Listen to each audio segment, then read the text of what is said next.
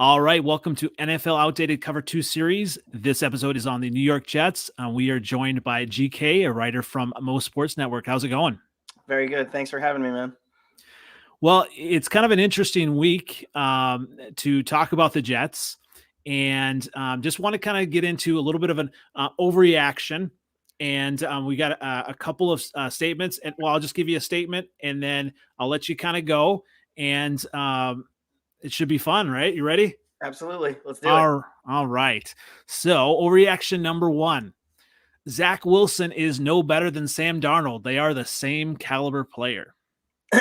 I think it's too early to say in both situations. I was always a fan of Sam Darnold. I still am, actually. Like, I still root for him. But honestly, with Sam Darnold's sample size, I don't think you can count it because Adam Gase was so horrible. So I don't think we've seen the true Sam Darnold yet. And then Zach Wilson, same thing. Like, we're in week 8 now, and you look back at like so many Hall of Fame caliber quarterbacks like Peyton, Elway, Eli, McNabb, Namath, Bledsoe. All they're like their first year. I was looking at stats from their rookie year, like 45% completion percentage, stuff like just god awful. So I'm not worried about Zach Wilson at all. And a lot of it is what the quarterback's surrounded with, right? Yeah, totally. Like the whole team's a rebuild. Average age 26. We saw what happened with CJ Mosley, like basically the only veteran on defense. He missed one game, and then that game the Jets gave up like 54 points or something like that. Right. Yeah. So yeah, it was so interesting kind of going into the draft. They were showing side by sides of, something Zach Wilson did in college and Sam Darnold did in college. And it was, very similar. But you're right. The coaching matters. And that Adam Gase era was just horrible. Terrible. Yeah. He definitely didn't do Sam Darnold any favors. So how good do you think Zach Wilson can be then? So like ceiling, I think he has tools to be like Aaron Rodgers, to be honest. Like he has great mobility that people don't really know. He hasn't really showcased that yet, but he has it. And going into the draft, from what we saw from his tape and the combine and stuff like that, was all he can make every throw you needed to make. So I think there's a lot of potential there. A lot of it, in my opinion, is mental. It's just, it looks like he's like, okay, this is what the coaches are telling me to do. This is the defense. This is the read. Like very robotic and slow almost. Whereas you see on plays where he has a lot of success, it's where something breaks down and then he's just playing and not thinking at all. Right. And that's what I told my buddy, because we have season tickets together. Right. Mm-hmm. And I was like, you know what he needs to do? Like it reminded me of when we had Ryan Fitzpatrick. I'm like, when we had Fitzpatrick, he would just do whatever he wanted. He would change the play when he wanted. He would throw it to who he wanted. He would tuck it and run when he wanted, right? He didn't always 100% listen to the coach. And that's what I think Zach needs to do. Like, he needs to be like, I'm here for a reason. Like, just do whatever I want on this, because this is how I'm feeling. Do whatever I want. So, and that's that bomb to Corey Davis. That was like, I'm going to do whatever I want play. So, so I think we just need more of that. So yeah, you've seen that, and there's a reason why they brought him in. And you look at he's got all the tools. Does he have what the makeup to be a starting quarterback in New York, though? So time will tell. In the fan groups already, like they're just so awful. They're like, Mike White's the starter. Trade Zach Wilson to whoever, the Panthers or the Texans or whatever. And I'm like, right. He's had 6 games, like it's a rookie coach, a rookie offensive coordinator, a rookie defensive coordinator.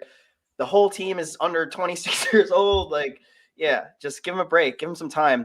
And then like they were talking about it during the Bengals game, Zach Taylor's in his 3rd year. They had 2 losing seasons before they could get to, looking the way that like the Bengals look pretty good this year. So, it takes time. Like the fans just need to be more patient, in my opinion. Well, you led me right to my overreaction number 2. All right, you ready? Yeah, let's go. Overreaction number 2: Mike White will push Zach Wilson to be the starter. Yeah, so I think since Mike White played so well, you just take your time with Wilson's injury.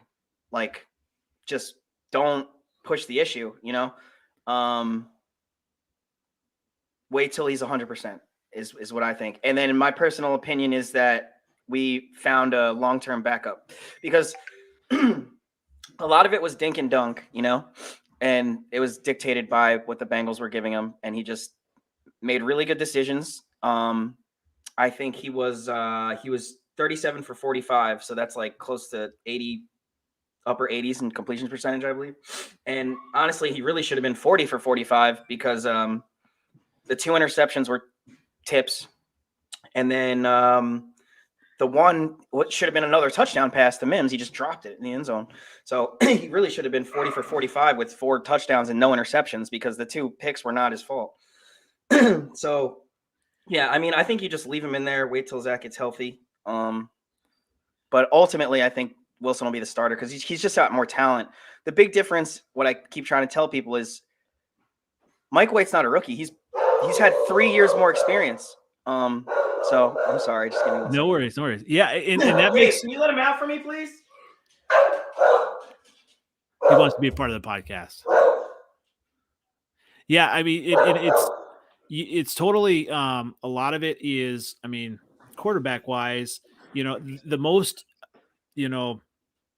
popular quarterback is the backup quarterback, right?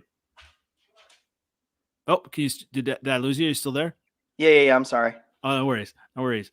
Yeah, so the most like popular quarterback is usually the backup quarterback, and there's a reason he's in the NFL, and there's also a reason why he hasn't been considered for the starting job all these Right. years. Yep. Yeah. So, I tell him that this has been marinating. Like, he's been watching NFL defenses for 3 years and just taking all of this in, and like waiting, watching, learning. So, like, it didn't surprise me that he played well. It surprised me that he threw for 400 yards, though. But, the guys, I watched a bunch of the press conferences with the other players, and they were just talking about, like, we see this every day in practice, so we really weren't surprised. That's awesome. All right. Speaking of awesome, it kind of leads me to overreaction number 3, and rookie running back here. So overreaction number 3: Michael Carter will be the best back in New York next year. I don't think that's an overreaction. I think it's a proper reaction. I mean, unless we draft another running back, which I don't think we should. He looks pretty good to me, and you wouldn't think that. Like, my expectation was more of like a Giovanni Bernard type of player, like just third down, dump it off to him, and then he can kind of be like a scat back. But as we were starting to see, like, I kind of felt the same way about Christian McCaffrey and Austin Eckler when they were coming in, but then they proved to be the feature back and, can be in there every single down. And from what we saw yesterday, it looks like Michael Carter can do that too. So well, yeah, I would say, yeah. Although I was kind of adding New York there. What about compared to even like Saquon Barkley? Oh, okay. I understand now. I got a sneaky question there for you. Right. So I think it's possible he could end up being more productive than Saquon Barkley. But, if I put them both in an obstacle course or something like that, Saquon Barkley is definitely the superior physical specimen for sure. But he's not in as good a situation. I don't think Daniel Jones is good. I think he's pretty bad. And then the offensive line is also – the Jets' offensive line is sneaky good right now. Like, I looked them on PFF, and like they're all 4 out of 5 of them are very good. And Becton's not even playing right now. So yeah, that's definitely huge. Well, speaking of the Giants here, and this will be our last overreaction, then we'll go on to talking some more of the other positions. But overreaction number 4: the Jets will win a Super Bowl before the Giants. Oh my God, I don't know if the Jets will ever win a Super Bowl. It doesn't seem like they ever will. But I think moving forward, the Jets have a more optimistic future, in my opinion. I think the potential at the quarterback position is better for us with Zach Wilson. We were just talking about the offensive line. I think that's more promising as well, and that's super important. And then we haven't even mentioned the best part of the Jets team is the defensive line, and their best defensive lineman is out for the year in Carl Lawson. So, my expectation is to eventually look like how the 49ers look, because it's all 49ers coaches. Right. So, yeah. So like, that's why I say Michael Carter could be super productive, because their running backs are always productive with Shanahan's system. That's the same system we have here. And then, that defense was very good, and Salah's the defensive guy. So, I expect what we saw from the 49ers when they had their Super Bowl run. Yeah, I mean, I can tell it's hard to even like think of Super Bowl and Jets in that same sentence, but Oh my God. they've got pieces, and that's kind of what you want to see. You want to see the pieces, and you brought up Robert Saleh, so let's talk about coaching. What has he meant to this team, and what does he mean kind of going forward for the Jets? I think it's everything. It's hard to associate the Jets and optimism, but I really think he could be, the guy for hopefully the next 20 years. Like a Mike Tomlin kind of guy, like that's just there, like Bill Belichick, like he's going to be the guy. And the reason being is just everything about him, his mindset, the way he carries himself. I just think he's super approachable in terms of the players and the media. And, the way he's methodical about strategy and philosophy, like how are we going to handle this? What are we looking to see? Just managing all of that. I think he's just the perfect fit.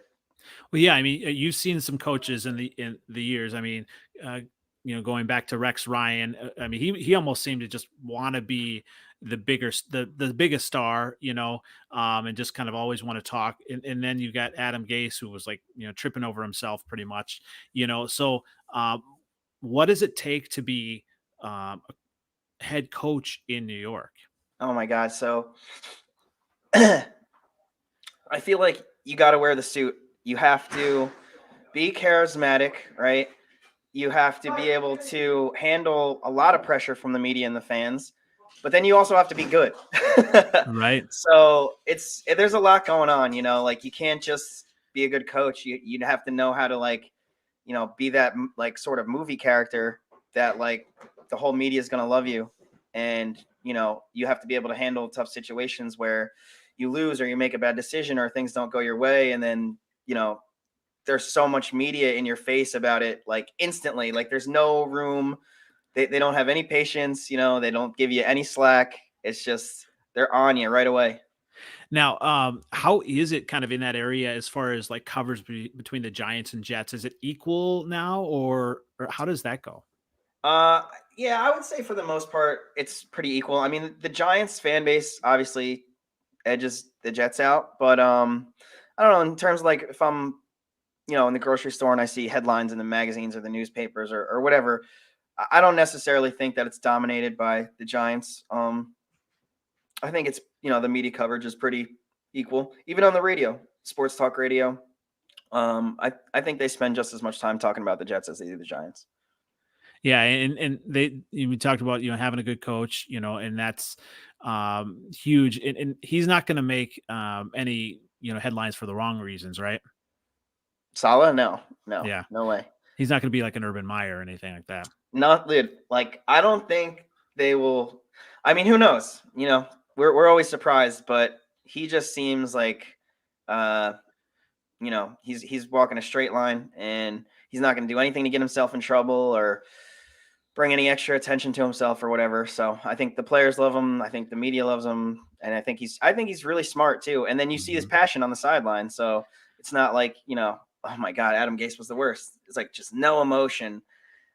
Doesn't try to at least help the media do their job at all. Like Salah was very like in his press conferences, even when he gets a question that he doesn't want to hear or he's annoyed by, he still like takes a deep breath and just handles it so gracefully and like really tries to give the media a good answer so that they can use for their work. So And there's a connection with the New York area and him too, right?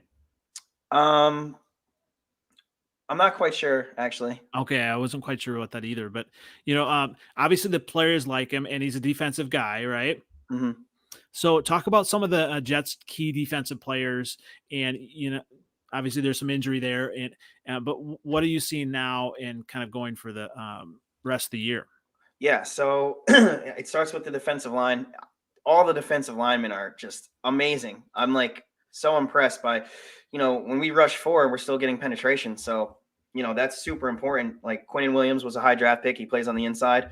And then our outside guys, like I mentioned earlier, losing Carl Lawson, that was huge because he was the best player in the whole roster.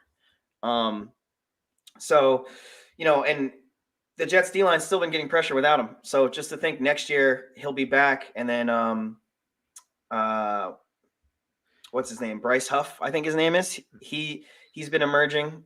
John Franklin Myers just got a huge contract extension. Well, huge for him, I guess, being that he was like, cut and a backup. And so yeah, the defensive line, and then like I mentioned before, CJ Mosley, like he's the quarterback of the defense. He Mhm. is very important. I don't know why more people don't talk about him. Hopefully, the Jets can start having some more 500 and above seasons, and then he'll be recognized a little more. But yeah, I think he's that like Luke Kuechly type of guy where he's making all the calls on defense. He's in the middle of the field, and he's manned up against the running back, and yeah, he sees everything, and makes the whole defense gel. That's high And then praise. Yeah. yeah, Okay. go ahead.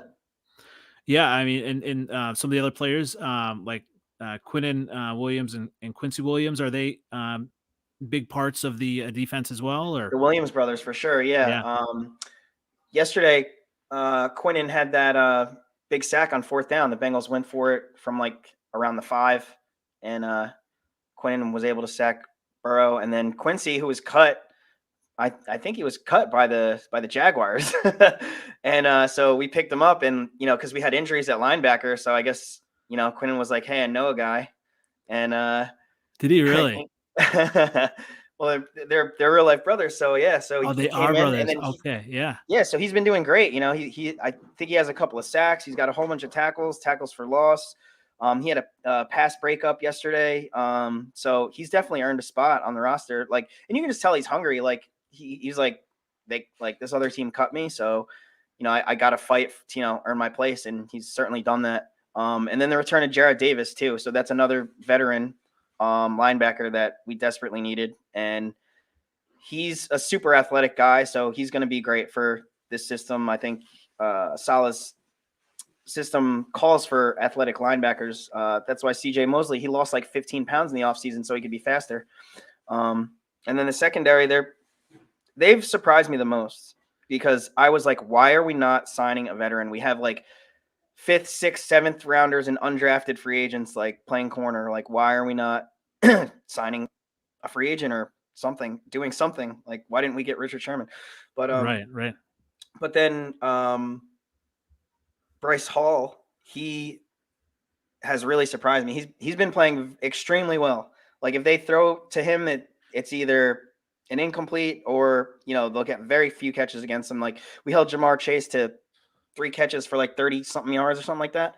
Right. So he's been lighting it up all season, and to be able to do that was very impressive to me. Is he the one that's usually on the number one wide receiver? Yeah. So he's the number 1 DB. He'll line up number 1. I mean, we play a lot of zone, but when we do go to man, it's definitely him on the number 1. Yeah, so kind of going back to the other side of the ball, right? You talked about Jamar Chase. He was shut down. But you definitely to develop an offense, you need wide receivers, Right. and talk about the Jets wide receivers. I mean, Corey Davis. He's been a pretty good free agent acquisition. And talk about some of the other receivers there. Yeah. So this is a tough thing to talk about to some of the other people that are in some of my sports group chats, because they just think I'm a biased Jet fan that is like unrealistic. But I really think the whole receiving group is is really underrated, because even with Keelan Cole too, Right. yeah, like he had that incredible touchdown catch that got called back, unfortunately, but that's not the first time that he's made like circus catches before. And Corey Davis and Denzel Mims are the prototype wide receivers. They're 6'3", they won 4.3 40s. So like, what more do you want? Big guys that can run really fast, right?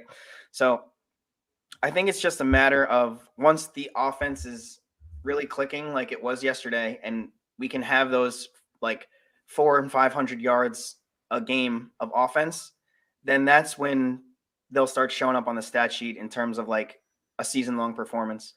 Same thing with like, so Crowder, I don't know what more you'd want from a slot receiver.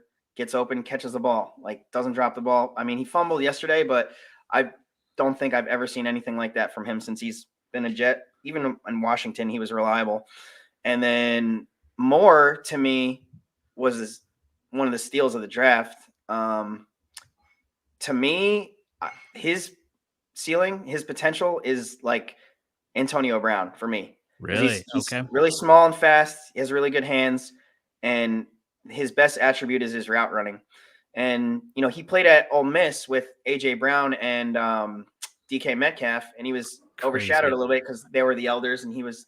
But Yeah. the minute he left, or the minute that DK and AJ Brown left, he broke several records for Ole Miss and SEC wide receiver records. So, I'm not worried about his lack of production through however many 7 games this year, 6 games, whatever it is. Yeah, I think that's coming along too. So, Well, yeah, talk about like Denzel Mims, he was supposed to break out last year, wasn't he? yeah. So the Jets don't really tell you what's going on. They were like avoiding that. So to me, it's either one of two things. It's either like a lack of maybe desire and intensity, maybe. Like at times he doesn't seem very tenacious. So it could be that, or he's struggling to like learn the X's and O's in the playbook. Because a lot of people don't think about that either. Like they hand you the playbook and it's the size of a phone book and it's in a different language. So you have to learn a new language and you have to learn, pages and pages and pages of plays. So for some guys, they're not the best in the classrooms, and that takes time. But what I've seen from him on the field is, other than the touchdown pass he dropped yesterday, he catches the ball, he can go up and get the ball, and he's tough to tackle. So, like I said before, once Zach Wilson is able to put together those 300, 400-yard games, then, you'll see Mims and all these guys. You'll see them, having several catches and several yards. So. Is it good for Mims and Moore to have Corey Davis and Crowder there? Absolutely. So I honestly wouldn't be surprised if we at some point trade Crowder, but Really? that'll be because he's taught Moore everything he can, and then Moore's ready to like just take that role fully. Yeah, and this really is a deep, wide receiver crew. You have Braxton Barrios, who's had some good games as well, right? Yeah. So the only flaw with him is that he's short, but he is lightning fast. So, and he's reliable. He's fast. He's reliable. He gets like kind of like Cole Beasley, I Cole guess you'd Beasley. say. Yep. Yep. Yeah. Yep. So yeah. So I don't really think there's the only lack of weapons offensively, in my opinion, is at the tight end position. Yeah, because you got, but Tyler Croft, did he have a touchdown pass? He did, and I was happy for him because the Just Bengals wanted are to- his former team. Yeah. And Croft and Griffin are serviceable. They can block well. They catch the ball when you throw it to them, but they're not that like freakish athletic tight end, or they're not going to be dynamic in catch and run, but they'll run their route, they'll catch the ball, they'll block their man. So they're serviceable, but I would like to see us draft a highlight potential type tight end, if you will. In the Jets offense, is the tight end a focal point, or what really is the focal point of the offense, kind of going forward? So I think the focal point of the offense is the offensive line, is running the ball, Mhm. stretch runs, inside zone runs, outside zone runs, and then working the play action, just like the 49ers do. Like to me, Jimmy Garoppolo's not good. He just Mm-hmm. plays well because he's in that system. Mm-hmm. And I've always said that about Shanahan's offense, like going back to when he was the OC at the Redskins, RG3, best year, Shanahan. Matt Ryan, I'm pretty sure it was his best year or second best year, Shanahan. Like wherever he goes, that offense is just gonna light it up. So it's gonna take time, but yeah, I think it's the offensive line getting the run game going, working out of the run, and George Kittle in that offense. So Mm-hmm. we just don't have a guy that's like that. So we'll see. Yeah. Well, in kind of looking at that draft, I mean, the Jets have 2 picks in the top 10, possibly. Yeah. So we have 2 firsts, 2 seconds, a third, 2 fourths, and 2 fifths. Wow. Yeah. So 9 picks in the first 5 rounds. And yeah, if Seattle keeps losing and the Jets keep losing, then we could have 2 top 5 picks. Yeah. Crazy. Which either way, whether we use them or trade for somebody, I think that's a win-win. So. Well, yeah, and you said tight end would be a target. What are some other targets for the draft that you see? I would like us to get an interior lineman. Because Greg Van Roten is starting at right guard and he's terrible. He can't run block or pass block. So I really think if we can get spend a high draft pick on a guard, like like the way the Cowboys went all offensive line, Zach Martin. Like, can we have a Zach Martin, please? Yeah, it's not a sexy pick, but it's definitely one that could continue to be the building blocks for Zach Wilson and going forward, right? Yeah, for sure. Because then you have AVT on the one side with Becton, and then even the 2 other tackles, Moses and Fant, have been playing really well. So yeah, if you just throw somebody on the other side, or even if we get a center, whatever, either way. Because like I said before, the focal point is the offensive line and working out of the run game. So you need to have a really good guard to open up the running lanes, and then running lanes open, play action pass opens, everything goes out of that. So I'd really like to see offensive line, then corner and tight end, and anything else is just a bonus in my opinion. Absolutely. Well, I'm an Iowa guy, and Iowa does have a good center prospect in Linderbaum. That would be interesting to see if he ends up with the Jets. I would love it. That'd be awesome. I always said like when's the last time the Jets were good, right? They had the 2 AFC championship runs, but why? Is because the offensive line was just so good, and it started by drafting Mangold and Ferguson with 2 first-round picks. So I was like, well, why don't we just do that again? Take 2 really good offensive linemen really early in the draft, So I'm hopeful that we go O-line. Well, we talked about kind of them losing and them potentially having another high pick. How many wins do you think this team has out of them the rest of the year? I mean, it was a pretty surprising upset against the Bengals the way the Bengals have been playing. Right. How many wins do you think they have left in the season? So that's a really tough thing to say. I mean, you got to think like they still have to play the Bills twice, so that's probably 2 losses. But they do get the Dolphins twice, and the Dolphins look terrible. Yeah. So that could be 2 wins. The Texans, we play them, so that could be a win. So that's probably 2 out of 3, I'll say, right there. The Eagles haven't looked the best, so that could be a win. The Jaguars, so I'll give us 1 out of those 2. So that's what, 3 more wins. Then we got to play the Bucks. They'll probably lose, but at that point in the season, if we play the Bucks the second to last game, so they maybe they'll sit their starters. I don't know. But yeah, I'm thinking we could win 3 more to get 5 wins. That's conservatively, Yeah. So. And what I mean, are you more looking at wins for this season to see progress, or what are you looking at to kind of see that the team's heading in the right direction? I think it's just overall production, because even in some of the losses so far this year, I'm like, all right, well, it's not just because they look bad the entire game. It'll be like compounded mistakes. You know, because it'll be like, all right, everyone played this rep well, except the guy didn't catch the ball, or everyone played this rep well, the receiver ran the route well, he got open, Wilson either missed him or just overthrew him or whatever. Like one mistake by one person on one play on both sides of the ball. So I just think that comes with time, and I'm just looking to see more consistency and just improvement. Like, don't let me see you make the same mistake like 3 times. You know, like okay, I get it, but make sure you learn this lesson. Like, you know, for a cornerback, are you getting beat deep? Like, but are you getting fine? Are you getting beat deep repeatedly? Like, you know, so that's what I'm just looking for, is to see, you know, improvements upon the mistakes. Yeah, and that's, you know, from a young team, that's what you want to see. And I don't know how, if the fans are, how long do you think the fans will kind of give the Jets to kind of get it together? I don't know.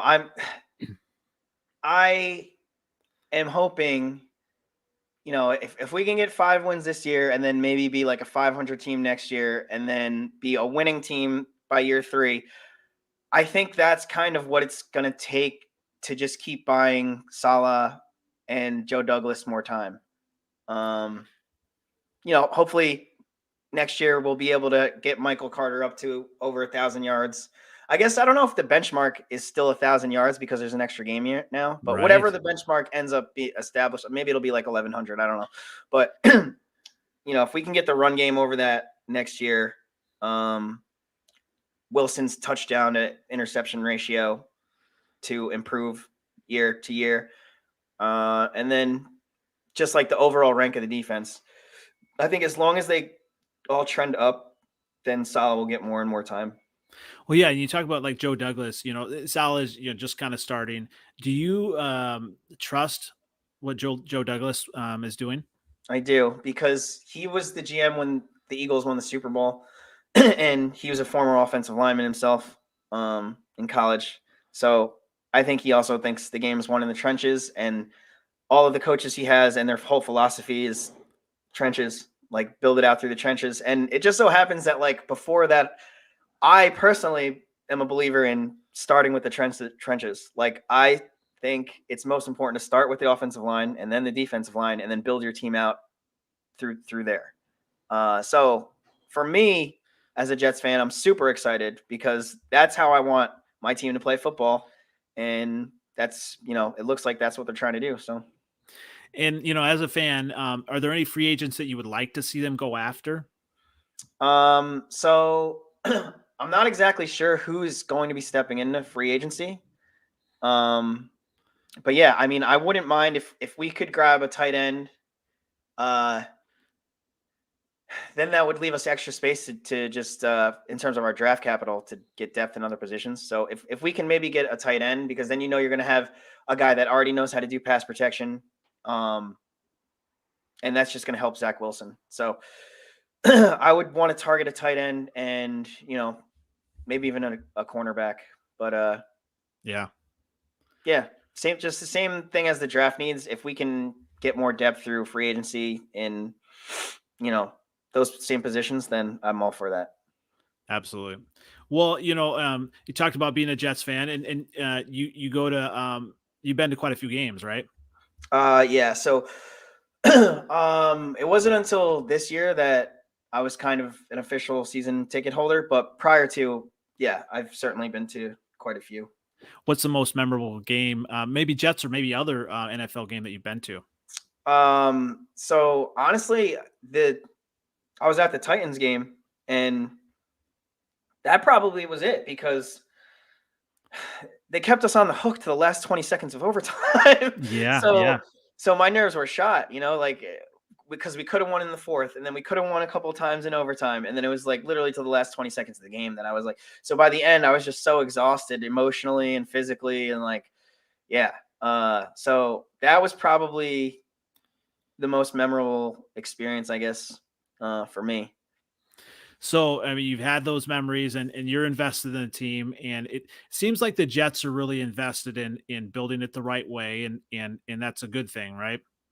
Yeah, I mean, uh, the the public fan base, the just casual fan, especially in New York, they're just crazy. Their expectations are too high, and but I think for someone like me who studies the game like a lot, I'm super patient, and I'm very optimistic.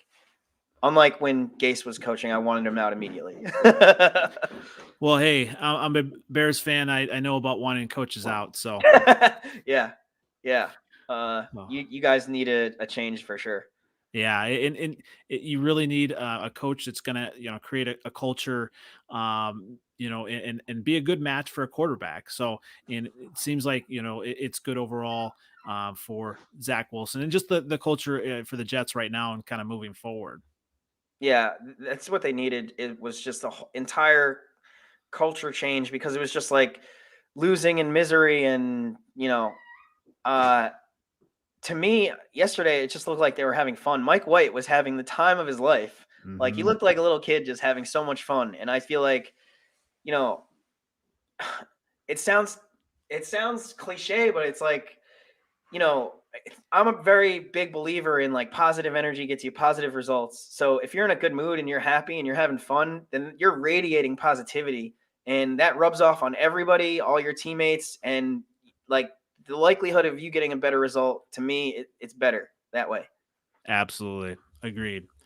Well, this has been fantastic. I definitely appreciate you. This has definitely been fun, and I appreciate you coming on. And so everyone can find you where again? Yeah, so my Twitter's at GK Holla. You can go to mosportsnetwork.com. I'm on the author page there, culturehub.com, author page there. I have TikTok, Instagram, all of it. So you can find me on social. Are there specific times that you post or anything like that? Or Not specifically, but I'm a pretty frequent poster. So yeah, awesome. Well, thanks again, and we'll definitely have to connect. At least in the off season, if not before. absolutely. I mean, I'm down to talk any New York sports, any sports at all, any teams. Thank you so much, Annie, for having me on. Absolutely, This has been real fun. I really appreciate you. Thank you. absolutely. Well, once again, this has been an NFL Outdated Cover Two series on the New York Jets, and brighter days ahead. Right? Let's go. Thanks again.